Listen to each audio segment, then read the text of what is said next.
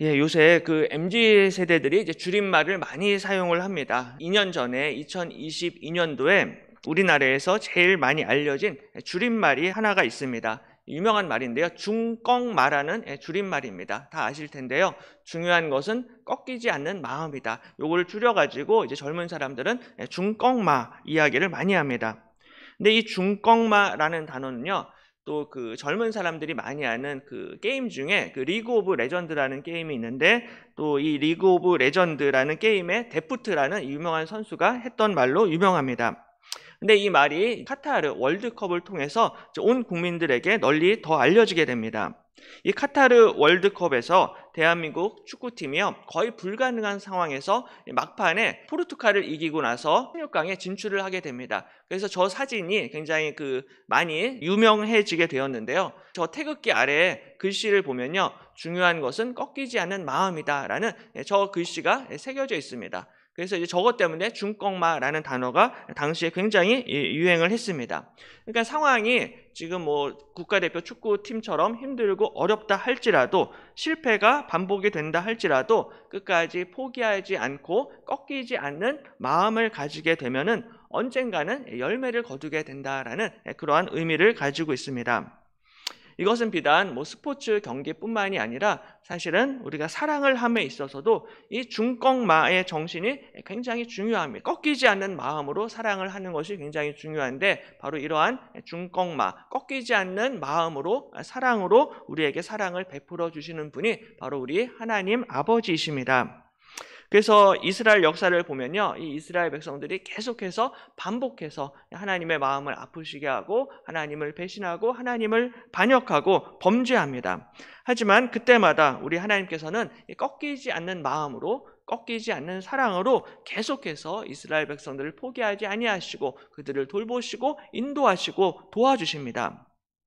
사람들 같은 경우는요, 보통 한두 번 실수를 하게 되면은, 실수하고 배신을 하면은 그 사람을 향하여서 마음을 접는 경우가 많습니다. 그래서 머리 검은 짐승은 거두는 게 아니다라는 그런 말을 할 때가 많이 있어요. 그래서 나를 한두 번 배신하면은 그 사람에 대해서 아예 마음을 닫아버립니다. 하지만 우리 하나님께서는 우리들이 아무리 배신하고 우리들이 아무리 하나님의 마음을 아프게 하고 범죄한다 할지라도 우리 하나님께서는 포기하지 아니하시고 하나님의 사랑은 절대로 꺾이는 법이 없다라는 것입니다. 그리고 그 사랑을 증명하는 대표적인 사건이 이제 오늘 본문의 호세아 선지자의 결혼 사건입니다. 그래서 오늘은 이 호세아의 이 결혼 사건을 통하여서 하나님의 이 꺾이지 않는 사랑이 어떠한 사랑인지 함께 같이 은혜를 나누기를 원합니다. 가장 먼저 하나님의 사랑은, 하나님은 죄를 깨닫게 하신다라는 사실에서부터 시작이 됩니다. 하나님은 우리에게 이 하나님의 사랑을 나타내시는데요, 그냥 무조건 사랑을 하시는 것이 아니라 항상 그 전에 우리의 죄, 우리의 잘못을 먼저 깨닫게 하십니다. 가령 우리 부모님들이 자녀들 너무나 사랑하시지만은 자녀들이 잘못을 할 때가 있습니다. 자녀들이 뭔가 죄를 지을 때가 있는데, 그때 부모님들이 회초리를 들고 자녀들에게 그 잘못을 가르치십니다. 근데 마치 이 부모님의 회초리처럼 하나님도 우리들이 하나님 앞에 범죄하고 또 실수하고 잘못을 했을 때는 먼저 우리의 죄가 무엇인지, 우리의 실수가 무엇인지를 가르쳐 주시고 우리로 하여금 죄를 깨닫게 해주십니다. 그러니까 무조건 오냐오냐 하고 내 자식이라고 이렇게 덮어주는 것이 아니라 먼저 우리의 죄를 깨닫게 하시고 가르쳐 주십니다. 이스라엘 백성들도 마찬가지입니다. 이 이스라엘 백성들로 하여금 자신들의 죄를 깨닫게 하시는데, 그것을 위하여서 오늘 호세아라는 선지자를 부르십니다. 이 호세아라는 선지자의 출신과 배경에 대해서는 사실 성경에서 이렇게 자세하게 말을 하고 있지는 않습니다. 근데 이제 단서가 있는데요, 오늘 본문 위에 1절에 보면은 우시야와 요담과 아하스와 히스기야가 이어 유다 왕이 된 시대, 곧 요아스의 아들 여로보암이 이스라엘 왕이 된 시대에 부에리의 아들 호세아에게 임한 여호와의 말씀이라라고 이렇게 기록을 하고 있습니다. 그러니까 호세아가 이제 하나님의 부르심을 받고 하나님의 말씀을 전하게 되는데요. 당시 이스라엘이 남쪽과 북쪽 두 개의 왕국으로 나뉘어져 있었습니다. 그래서 이 남쪽에는 우시야와 요담과 아하스와 히스기야라는 왕이 당시에 남유다 왕국을 다스리고 있었고요. 북쪽에서는 요아스의 아들 여로보암이라는 사람이 북이스라엘의 왕으로 다스리고 있었습니다. 특별히 오늘 이 호세아라는 선지자는 이제 북이스라엘을 배경으로 활동을 했던 선지자입니다. 근데 그 당시의 왕이 이제 여로보암이라는 왕이었는데요. 북이스라엘의 첫 번째 왕이 또 여로보암입니다. 그래서 이름이 똑같아요. 그래서 첫 번째 왕을 여로보암 1세라고 이렇게 이야기를 하고 오늘 호세아 시대의 북이스라엘의 왕을 여로보암 2세다라고 이렇게 1세와 2세로 구별해서 부릅니다. 그래서 이 호세아는 바로 여로보암 2세 때 BC 한 760년경에 이제 사역을 시작을 해서 한 30년 정도 선지자로 활동을 했던 사람이 호세아라는 선지자입니다. 근데 이 여로보암 2세 때는 북이스라엘이 굉장히 강성했던 시대입니다. 그래서 군사적으로 또 정치적으로 강성을 해서 영토를 확장을 했는데요. 근데 문제는 이 여로보암이라는 왕이 하나님 앞에 패역한, 하나님 앞에 완악한 왕이었습니다. 그래서 이 여로보암이라는 왕에 대해서 열왕기하 14장에 보면은 이렇게 기록합니다. 유다의 왕 요아스의 아들 아마샤 제15년에 이스라엘의 왕 요아스의 아들 여로보암이 사마리아에서 왕이 되어 41년간 다스렸으며 여호와 보시기에 악을 행하여 이스라엘에게 범죄하게 한 느밧의 아들 여로보암의 모든 죄에서 떠나지 아니하였더라라고 말씀을 합니다. 이 여로보암 2세라는 왕이 이스라엘을 41년간 장기 집권을 했습니다. 그런데 이렇게 오랜 시간 나라를 다스렸지만은 그 첫 번째 왕이었던 여로보암 1세의 죄에서 떠나지 아니하였다라고 역사는 기록을 하고 있습니다. 이 여로보암 1세의 죄는요, 우상 숭배의 죄를 지었던 왕이 여로보암 1세입니다. 그런데 오늘 이 여로보암 2세라는 왕도 역시 똑같이 이 우상 숭배의 죄에서 떠나지를 못했습니다. 그러니까 나라는 부유해지고 나라는 강성해졌는데 헛된 우상을 섬기는 이러한 죄악들이 그 땅 가운데 가득했던 것이죠. 그래서 하나님은 나라의 백성들과 국민들은 잘 먹고 잘 사는 상황 가운데 있었지만 바로 이러한 이스라엘 백성들의 죄를 가르쳐 주시고 깨닫게 해 주시기 위해서 호세아 선지자를 부르십니다. 2절에 여호와께서 처음 호세아에게 말씀하실 때 여호와께서 호세아에게 이르시되 너는 가서 음란한 여자를 맞이하여 음란한 자식들을 낳아라. 이 나라가 여호와를 떠나 크게 음란함이니라 라고 말씀을 하십니다. 그러니까는 호세아 선지자를 부르셔서 음란한 여자랑 결혼을 해서 음란한 자식을 낳으라라는 굉장히 좀 이해하기 어려운 충격적인 명령을 하나님이 호세아에게 하십니다. 하나님이 호세아를 부르시고 첫 번째 하셨던 말씀이 바로 이해할 수 없는 어려운 명령이었습니다. 입장을 바꿔서 이제 호세아 입장에서는 사실은 하나님이 나를 하나님의 선지자로 부르셨으면은 아마 나를 하나님이 멋지게 사용하실 거야. 나를 위대하게 사용하실 거야 라는 그런 기대하는 마음이 있었을 것입니다. 예전에 이 모세가 정말 홍해를 가르는 위대한 능력을 발휘했던 것처럼 아니면은 엘리야가 하늘에서 불이 떨어지는 이 놀라운 기적, 표적을 나타냈던 것처럼 하나님이 나도 모세처럼 엘리야처럼 나를 사용해 주시지 않을까라는 그렇게 기대를 했을 것입니다. 호세아의 생각과 기대와는 정반대로 하나님이 호세아를 부르시고 나서 첫 번째 맡기신 임무가 너는 음란한 여자를 맞이하라. 음란한 여자랑 결혼을 하라는 것입니다. 이 호세아 입장에서는 상상도 하지 못한 말씀이었을 것입니다. 호세아뿐만이 아니라 우리도 신앙생활을 하면서 때로는 하나님께서 내 생각과 내 기대와 다른 길로 인도를 하실 때가 있습니다. 어려서부터 정말 노래와 또 찬양에 재능이 많이 있어서 열심히 노력을 해서 이제 음대에 진학을 했습니다. 음대에서 성악을 전공을 했고요. 우수한 성적으로 학교를 졸업을 했습니다. 이제 그래서 공부도 많이 했고 노래 실력도 많기 때문에 이제 내가 교회 찬양대에서 봉사를 해야겠다라고 생각을 하는데 갑자기 교회에 오니까 하나님께서 찬양대 봉사가 아니라 너는 주차 봉사를 해라. 너는 식당 봉사를 해라라고 그렇게 맡기실 수가 있다라는 거죠. 그러니까 나는 이 찬양대만 생각을 하고 열심히 공부를 하고 준비를 했는데 정작 하나님이 나한테는 주차 봉사, 식당 봉사를 맡기실 수 있다는 것입니다. 이게 내가 주차 봉사를 하려고 지금 음악을 공부한 게 아닌데, 식당 봉사를 하려고 성악을 전공한 게 아닌데라고 생각을 할 수가 있을 것입니다. 목회자도 마찬가지죠. 하나님이 나를 목회자로 부르셨다라는 이 소명이 있기 때문에 열심히 신학을 공부하고 목회를 하려고 이렇게 준비를 했습니다. 그래서 열심히 이제 신학교를 다니면서 하나님이 나를 사용하시겠지. 마치 베드로가 한 번 설교했을 때 3,000명, 5,000명이 회개했던 것처럼 하나님이 나를 그렇게 크고 위대하게 사용하실 거야 라고 기대를 했는데 그게 아닐 수 있다라는 것입니다. 근데 막상 이제 그렇지 못하게 되면 이러려고 내가 신학을 공부한 게 아닌데, 이러려고 내가 목회자가 된 게 아닌데라고 생각을 할 수가 있다라는 거죠. 이처럼 하나님의 생각은 우리의 생각과 다를 수 있다라는 것입니다. 그게 바로 이사야서 55장 말씀인데요. 55장 8절 9절 말씀을 우리 한 목소리로 함께 같이 읽겠습니다. 이는 내 생각이 너희의 생각과 다르며 너희의 길과 다름이니라. 여호와의 말씀이니라. 이는 하늘이 땅보다 높음같이 내 길은 너희의 길보다 높으며 내 생각은 너희의 생각보다 높음이니라. 네, 아멘. 하나님의 생각은 우리의 생각과 다르며 하나님의 길은 내가 생각하는 길보다 훨씬 더 높다라는 사실을 꼭 기억하시기를 바랍니다. 그러므로 내 생각과 내가 원하는 길을 고집하기보다 겸손히 하나님의 생각과 하나님의 뜻에 순종하게 될 때 하나님께서 나에게 가장 좋은 길로 인도해 주실 줄로 믿습니다. 하나님의 생각에, 하나님의 뜻에, 하나님의 말씀에 순종하는 것이 중요합니다. 우리 모두 나름대로 내가 해야 할 일이 있습니다. 그리고 내가 생각하는 내 진로가 있고 미래가 있고 길이 있습니다. 그래서 하나님, 저는 이렇게 인도를 해주셨으면 좋겠습니다. 하나님, 저는 제가 원하는 저 직장으로 갔으면 좋겠습니다. 하나님, 저는 저 사람이랑 꼭 결혼을 하고 싶습니다. 하나님, 저는 이사를 가더라도요, 제가 찍어놓은 저 아파트로 꼭 이사를 가고 싶습니다라고 생각을 할 수가 있습니다. 우리 눈에는 이게 너무나 좋아 보이는 길인데요, 하나님이 보실 때는 아닐 수가 있다라는 것입니다. 하나님의 생각이 우리의 생각과 다를 수 있다라는 거죠.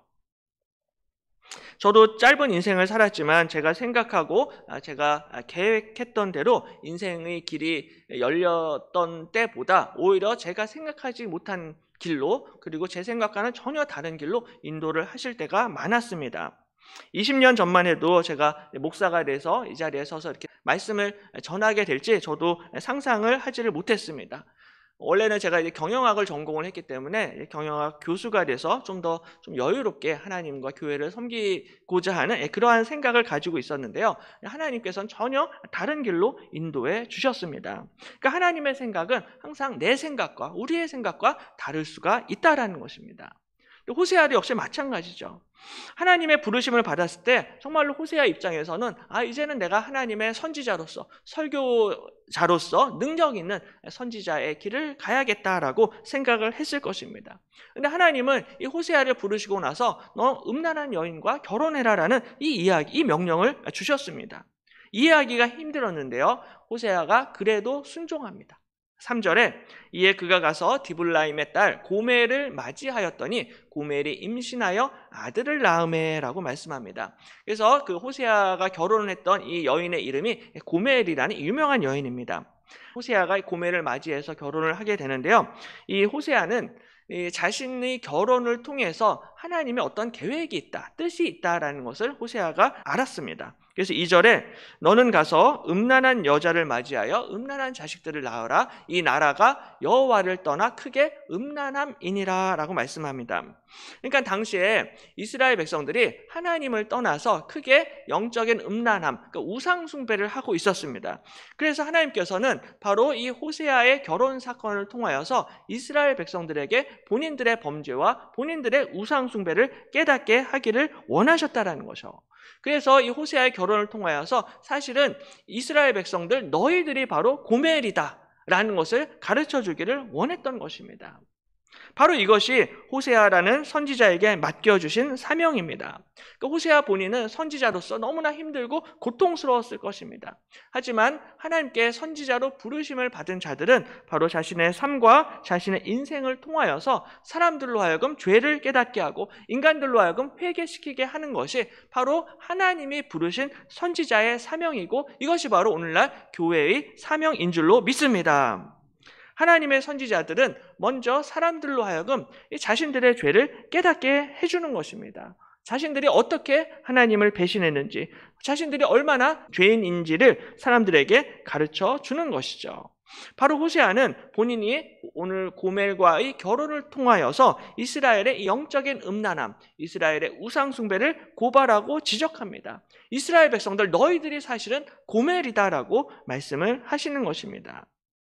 뿐만 아니라 이 호세아가 이제 고멜과 결혼을 해서요, 자식들을 낳는데 이 자식들의 이름 하나하나가 또 평범한 이름이 없습니다. 4절에 여호와께서 호세아에게 이르시되 그의 이름을 이스르엘이라 하라. 조금 후에 내가 이스라엘의 피를 예후의 집에 갚으며 이스라엘 족속의 나라를 폐할 것임이니라. 그날에 내가 이스라엘 골짜기에서 이스라엘의 활을 꺾으리라 하시니라 라고 말씀을 하십니다.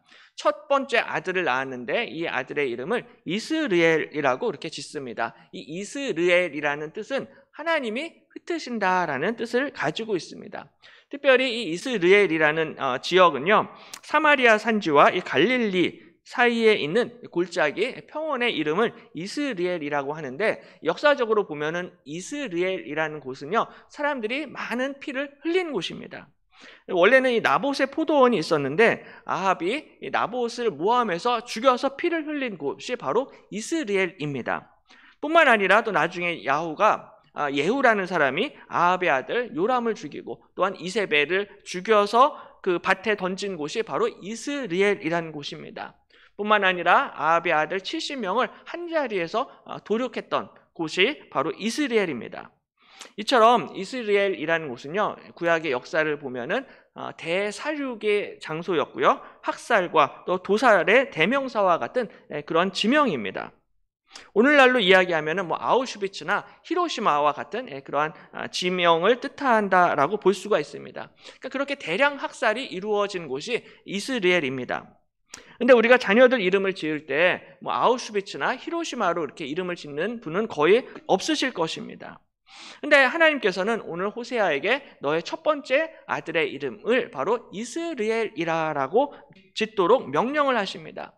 이것은 바로 하나님께서 이 이스라엘에서 이 이스라엘 백성들이 흘린 피를 내가 너희들에게 그대로 갚아주겠다, 내가 너희들에게 심판하겠다라는 그것을 바로 이 자식들의 이름을 통해서 나타내 주셨던 것입니다.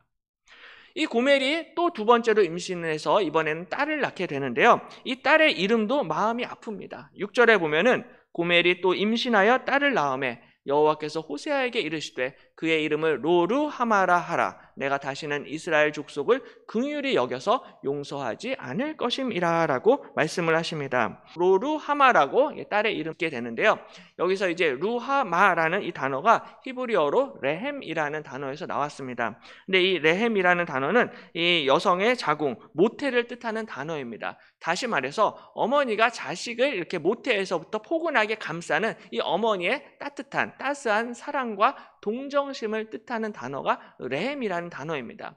원래는 굉장히 이렇게 좋은 단어인데요, 앞에 이 로라는 히브리어 접두어를 붙이게 되는데 이 로는 부정 접두어입니다. 그래서 정반대의 의미를 갖게 됩니다.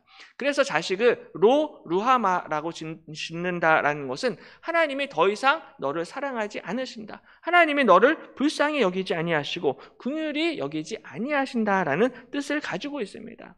자기 사랑하는 자녀들 이름을 지을 때 하나님이 다시는 너를 불쌍히 여기지 않으셔, 하나님이 너를 사랑하지 않으셔라고 이름을 짓는 부모님은 안 계실 것입니다. 근데 하나님이 그렇게 이름을 지으라라고 명령을 하신 것이죠.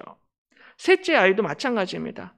고멜이 8절에 로루하마를 젖댄 후에 또 임신하여 아들을 낳음에 여호와께서 이르시되 그의 이름을 로암미라 하라. 너희는 내 백성이 아니요 나는 너희 하나님이 되지 아니할 것임이니라 말씀합니다.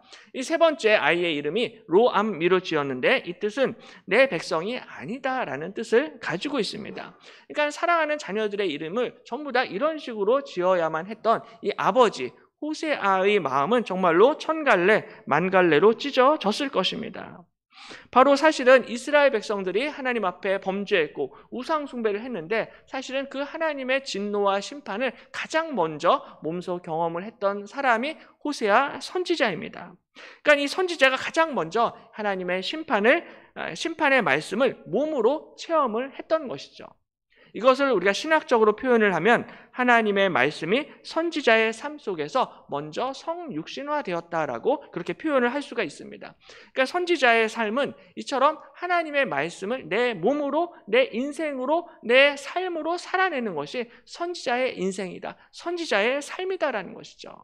마치 우리 예수님께서 우리를 구원하시기 위해서 정말 말씀이 육신이 되어서 이 땅에 오셔서 친히 자신의 몸으로 십자가를 지심으로 저와 여러분을 구원하신 것처럼 실제로 하나님이 사용하시는 하나님의 종들, 하나님의 선지자들은 그냥 말로만 하나님의 말씀을 말로만 이야기하는 것이 아니라 자신의 몸을 통해서, 자신의 삶을 통해서, 자신의 인생을 통해서 그 말씀을 살아내는 사람들이 하나님의 종들이고 선지자들인 것입니다. 그래서 나중에 바울도 이렇게 고백을 합니다. 골로새서 1장에서 나는 이제 너희를 위하여 받는 괴로움을 기뻐하고 그리스도의 남은 고난을 그의 몸된 교회를 위하여 내 육체에 채우노라 라고 말씀을 하고 있습니다. 정말로 이 하나님의 예수 그리스도의 몸된 교회를 위하여서 내가 스스로 고난을 받고 있다. 하지만 이 고난과 괴로움을 기쁘게 받는다라고 고백을 하고 있습니다. 왜냐하면 이것이 예수님을 기쁘시게 하고 예수님의 길을 따라가는 제자의 길, 선지자의 길이기 때문입니다. 우리가 예수님의 길, 십자가의 길 걷는 것이 쉽지 않지만 그 길 끝에 영원한 하나님 나라의 상급이 있다라는 사실을 꼭 믿으시기를 바랍니다. 그래서 오늘 호세아처럼 바울처럼 그것이 힘들고 어렵다 할지라도 이 하나님의 말씀에 순종하시기를 바랍니다. 우리가 하나님의 말씀에 순종하게 될 때 바로 우리를 통하여서 하나님의 나라가 증거되고 확장되게 될 줄로 믿습니다. 또 한 가지 우리 하나님의 사랑은요, 우리 하나님께서는 오늘 호세아의 결혼 사건을 통하여서 하나님의 사랑을 깨닫게 하십니다. 인간의 죄를 깨닫게 할 뿐만이 아니라 우리 하나님께서는 하나님의 꺾이지 않는 사랑을 호세아를 통해서 보여주십니다. 하나님은 호세아를 통하여서 하나님을 배신하고 범죄한 이스라엘 백성들을 하나님이 여전히 사랑하신다. 그리고 하나님의 사랑은 절대로 꺾이지 않는다, 좌절되지 않는다라는 것을 나타내십니다. 사실 호세아는요, 고멜과 결혼하기 전에 이 고멜이 어떠한 여인인가라는 것을 다 알았습니다. 호세아는 알고 결혼했습니다. 이 여인에게 문제가 있고 하자가 있다, 다 알면서 결혼했습니다. 근데 이 세상에 그 어떤 남자나 여자도요, 바람둥이와 결혼하기를 원하시는 분은 아무도 안 계실 것입니다. 자신의 배우자가 음란하다라는 것을 알면서 결혼하는 사람은 이 세상에 아무도 없습니다. 모든 사람들이 나는 바람을 피워도 상대방은 순결하기를 원하는 것이 사람들의 교활한 심성입니다. 순결한 남자, 순결한 여자와 결혼하는 것이 사람들의 생각이죠. 하지만 약혼자가 음란하다는 것을 알면서도 결혼하신 분이 계시다라는 것입니다. 그분이 바로 우리의 신랑 되시는 예수 그리스도이십니다. 우리 예수님은 우리의 모든 것을 다 아시고도 그럼에도 불구하고 우리를 사랑하시고 우리를 선택해 주신 줄로 믿습니다. 내가 어떻게 예수님을 배신할지, 내가 어떻게 예수님을 떠나게 될지 우리 예수님이 다 아시면서도 그럼에도 불구하고 저와 여러분을 사랑하셔서 하나님의 백성으로 삼아주시고 하나님의 교회로 불러주신 것입니다. 베드로는 본인은 절대로 예수님을 부인하지 않겠다라고 호언장담을 했지만 예수님은 베드로가 3번 부인하실 것을 이미 다 아셨습니다. 그럼에도 불구하고 세상에 있는 자기 사람들을 사랑하시되 끝까지 사랑하시니라 라고 말씀합니다. 우리 주님께서 저와 여러분을 사랑하시는데 끝까지 사랑하시는 줄로 믿습니다. 하나님의 사랑은 절대로 꺾이지 않는 사랑입니다. 내가 아무리 정말 고멜처럼 음란하고 타락하고 부패하고 하나님을 배신하고 우상숭배를 해도 우리 하나님께서 나를 사랑하시되 끝까지 사랑하시는 주님이신 줄로 믿습니다. 이것이 바로 이해할 수 없고 측량할 수 없는, 꺾이지 않는 우리 하나님의 놀라운 사랑인 것이죠. 베드로는 3번 부인했지만 사실 우리는 30번, 300번도 넘게 예수님을 부인하면서 살 때가 많이 있습니다. 세상이 우리를 협박하고 또 세상에서 우리가 유혹을 받게 될 때 우리가 예수님을 모른 척할 때가 많이 있었을 것입니다. 하나님을 믿고 교회에 다닌다고는 하지만 여전히 우리가 입술로 죄를 짓고요, 마음으로 범죄하고요, 끊임없이 하나님의 마음을 아프시게 할 때가 있다라는 것입니다. 하지만 그럼에도 불구하고 우리가 언제나 우리의 마음을 돌이키고 하나님 앞에 회개하게 될 때 우리 주님께서 이 꺾이지 않는 마음으로, 꺾이지 않는 사랑으로 우리를 받아주시고 우리를 용서해 주시고 우리를 용납해 주실 줄로 믿습니다. 바로 우리를 향한 꺾이지 않는 하나님의 놀라운 사랑이 여기에 있다라는 것입니다. 우리 하나님은 포기하지 아니하십니다. 그래서 요한일서 4장 10절에 사도 요한이 이렇게 말씀합니다. 사랑은 여기 있으니 우리가 하나님을 사랑한 것이 아니요 하나님이 우리를 사랑하사 우리 죄를 속하기 위하여 화목 제물로 그 아들을 보내셨음이라 말씀합니다. 우리는 하나님을 사랑하지 않았습니다. 원래 사랑하지 않았습니다. 사실 우리 모두가 고멜처럼 하나님을 배신했고 음란했고 완악하고 불순종했습니다. 하지만 오늘 호세아가 고멜을 먼저 사랑하고 먼저 고멜에게 다가갔던 것처럼 우리 주님께서 나를 먼저 사랑해 주셨고 먼저 나를 맞이해 주셨던 것입니다. 그리고 우리의 죄를 용서하시기 위해서 화목제물로 독생자 예수 그리스도를 우리에게 보내주셨습니다. 그래서 예수님은 나를 대신해서 하나님의 심판과 증노를 대신 받으셨고 그리고 그 하나님의 십자가 사랑을 통하여서 저와 여러분을 구원해 주신 것입니다. 하나님의 아들이 직접 육신을 입고 이 땅에 오셔서 죄인을 구원하시고 죄인에게 사랑을 베풀어 주셨던 것이죠. 바로 이 시간 우리 주 예수 그리스도의 사랑을 기억하시고 이 예수 그리스도의 사랑 앞에 나아오시고 그 사랑을 받아들이시기를 바랍니다. 예수님의 사랑을 믿고 예수님의 사랑을 인정하고 우리 주님 앞에 나오는 자들은 하나님의 자녀가 되는 놀라운 권세를 주시는 줄로 믿습니다.